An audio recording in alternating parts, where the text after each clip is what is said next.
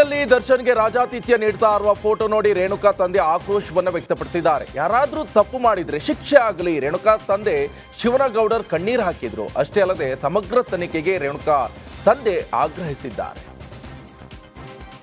ನ್ಯಾಯ ಪೊಲೀಸರನ್ನು ನೋಡಿದಾಗ ನಮ್ಗೆ ಆ ನಂಬಿಕೆ ಭರವಸೆನೇ ಇತ್ತು.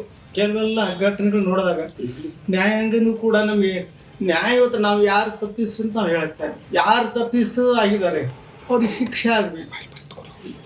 ತನ್ನ ಮೂಲಕ ನನ್ನ ಮಗನಿಗೆ ಶಾಂತಿ ಸಿಗಬೇಕು. ಯಾಕಂದರೆ ನನ್ನ ಮಗನ ಕಳ್ಕೊಂಡದ್ದು ನನಗೆ ಗೊತ್ತು ಏನಂತ. ಅವ್ರಿಗೆ ಆರಾಮಾಗಿ ಕುತ್ಕೊಂಡ್ರಿಗೆ ಯಾರಿಗೆ ಗೊತ್ತಿರ್ತೈತೆ. ಇದು ನಿರ್ದಾಕ್ಷಿಣ್ಯವಾಗಿ ಸರ್ಕಾರ ಇದ್ರ ಬಗ್ಗೆ ತನಿಖೆ ಮಾಡಬೇಕು. ಅವ್ರಿಗೆ ಯಾವ ರೀತಿ ಕೊಟ್ಟಿದ್ದಾರೆ, ಯಾರು ಕೊಟ್ಟಿದ್ದಾರೆ, ಅವ್ರಿಗೆ ಶಿಕ್ಷೆ ಕೊಡಬೇಕು.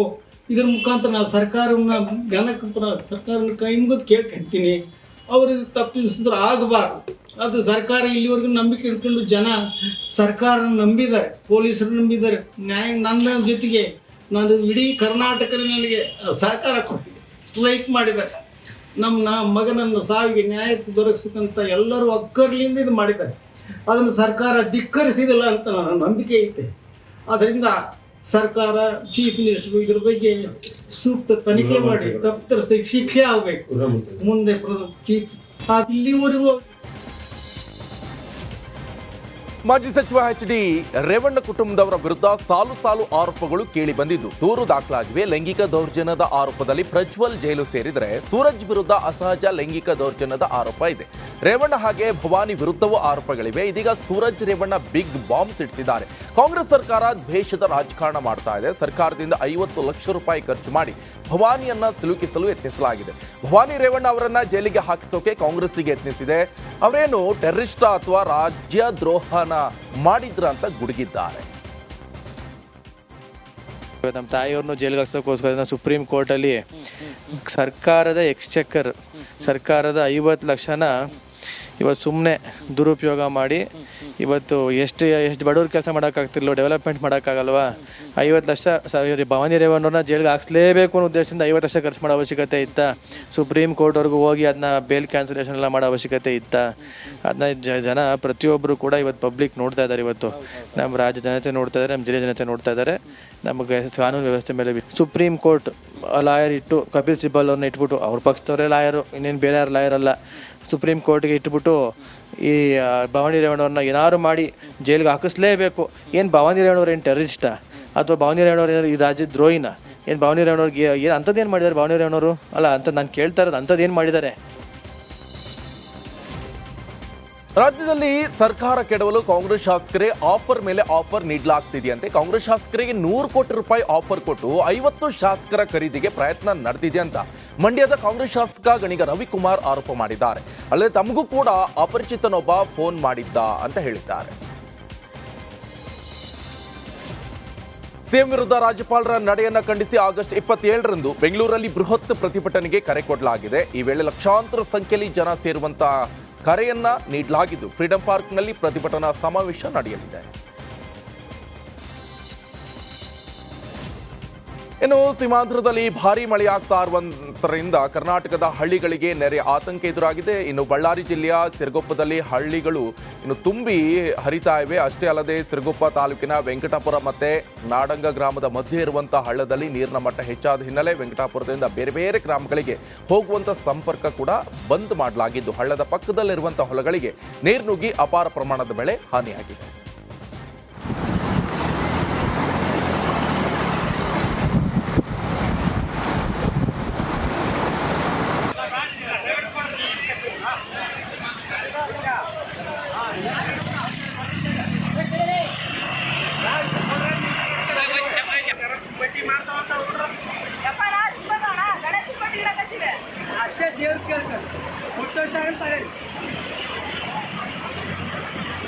ನಮ್ಮ ಗಾಡಿ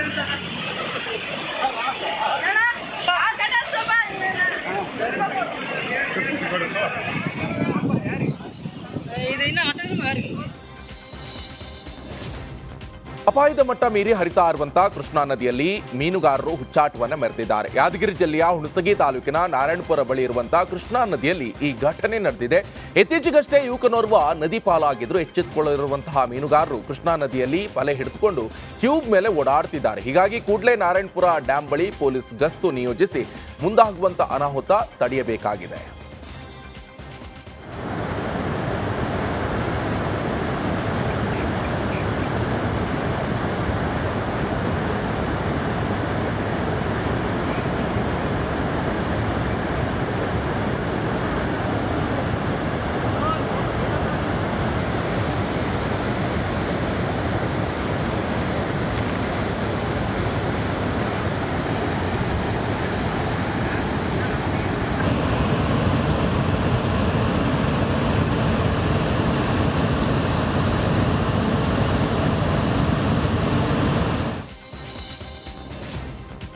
ಬಸವೇಶ್ವರ ಜಾತ್ರೆ ಅಂಗವಾಗಿ ಮಹಿಳೆಯರು ರೊಟ್ಟಿಯನ್ನ ಬುಟ್ಟಿಗಳನ್ನ ಮೆರವಣಿಗೆ ಮಾಡುವ ಮೂಲಕ ದೇವಸ್ಥಾನದ ದಾಸೋಹ ಭವನ ತಲುಪಿದ್ದಾರೆ. ವಿಜಯಪುರ ಜಿಲ್ಲೆಯ ಬಸವನ ಬಾಗೇವಾಡಿ ಪಟ್ಟಣದಲ್ಲಿ ಈ ಘಟನೆ ನಡೆದಿದೆ. ಸ್ಥಳೀಯ ವಿರಕ್ತ ಮಠದಲ್ಲಿ ಬಸವಣ್ಣನವರ ಭಾವಚಿತ್ರ ಹಾಗೆ ರೊಟ್ಟಿಯ ಬುಟ್ಟಿಗಳಿಗೆ ಸಿದ್ಧಲಿಂಗ ಸ್ವಾಮೀಜಿ ಪೂಜೆ ಸಲ್ಲಿಸಿ ಮೆರವಣಿಗೆಗೆ ಚಾಲನೆಯನ್ನ ಕೊಟ್ಟಿದ್ದಾರೆ. ನಂತರ ಮಹಿಳೆಯರು ರೊಟ್ಟಿಯ ಬುಟ್ಟಿಯನ್ನ ತಲೆ ಮೇಲೆ ಹೊತ್ತುಕೊಂಡು ಬಸವ ಜನ್ಮ ಸ್ಮಾರಕ, ಪಲ್ಲೇದಕಟ್ಟಿ, ಅಗಸಿ, ಬಸವೇಶ್ವರ ವೃತ್ತದ ಮಾರ್ಗವಾಗಿ ದೇವಸ್ಥಾನಕ್ಕೆ ತೆರಳಿದ್ದಾರೆ. ಇನ್ನು ಜಾತ್ರೆಗೆ ವಿವಿಧೆಡೆಯಿಂದ ಸಾವಿರಾರು ಭಕ್ತರು ಆಗಮಿಸಿದರು.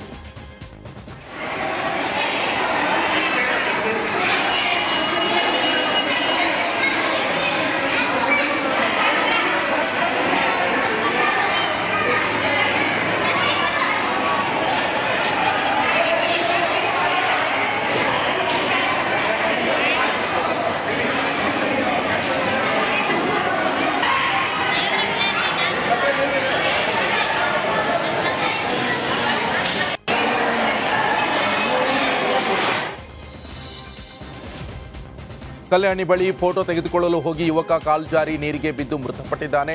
ಶಿವಮೊಗ್ಗ ಜಿಲ್ಲೆಯ ಶಿಕಾರಿಪುರ ತಾಲೂಕಿನ ಉಡುತಡಿಯಲ್ಲಿ ಈ ಘಟನೆ ನಡೆದಿದೆ.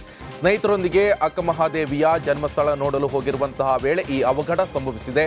ಶಿರಾಳಕೊಪ್ಪ ಪೊಲೀಸ್ ಠಾಣಾ ವ್ಯಾಪ್ತಿಯಲ್ಲಿ ಪ್ರಕರಣ ದಾಖಲಾಗಿದೆ. ಉಡುಪಿಯಲ್ಲಿ ಇನ್ನೆರಡು ದಿನ ಶ್ರೀಕೃಷ್ಣ ಜನ್ಮಾಷ್ಟಮಿಯ ಸಂಭ್ರಮ ಮುಂದುವರಲಿದೆ. ಆಗಸ್ಟ್ 26 ಸೋಮವಾರ ಶ್ರೀಕೃಷ್ಣ ಜನ್ಮಾಷ್ಟಮಿ, ಆಗಸ್ಟ್ 27 ಮಂಗಳವಾರ ವಿಟ್ಲಪಿಂಡಿ ಮಹೋತ್ಸವದ ಹಿನ್ನೆಲೆ 2 ದಿನಗಳ ಕಾಲ ರಥ ಬೀದಿಯಲ್ಲಿ ಹರಿ ಭಜನೆ ನಡೆಸಲಾಗುತ್ತದೆ. ಇನ್ನು ಬಾಣಸಿಗರು ಲಕ್ಷಾಂತರ ಉಂಡೆ ಚಕ್ಕುಲಿಯನ್ನ ತಯಾರಿಸಿದ್ದು 108 ಬಗೆಯ ಉಂಡೆ ಚಕ್ಕುಲಿ ಭಕ್ತರಿಗೆ ಲಭ್ಯ ಇವೆ. ಪರ್ಯಾಯ ಶ್ರೀ ಪುತ್ತಿಗೆ ಮಠದ ನೇತೃತ್ವದಲ್ಲಿ ವಿವಿಧ ಕಾರ್ಯಕ್ರಮಗಳನ್ನು ಆಯೋಜನೆ ಮಾಡಲಾಗಿದೆ.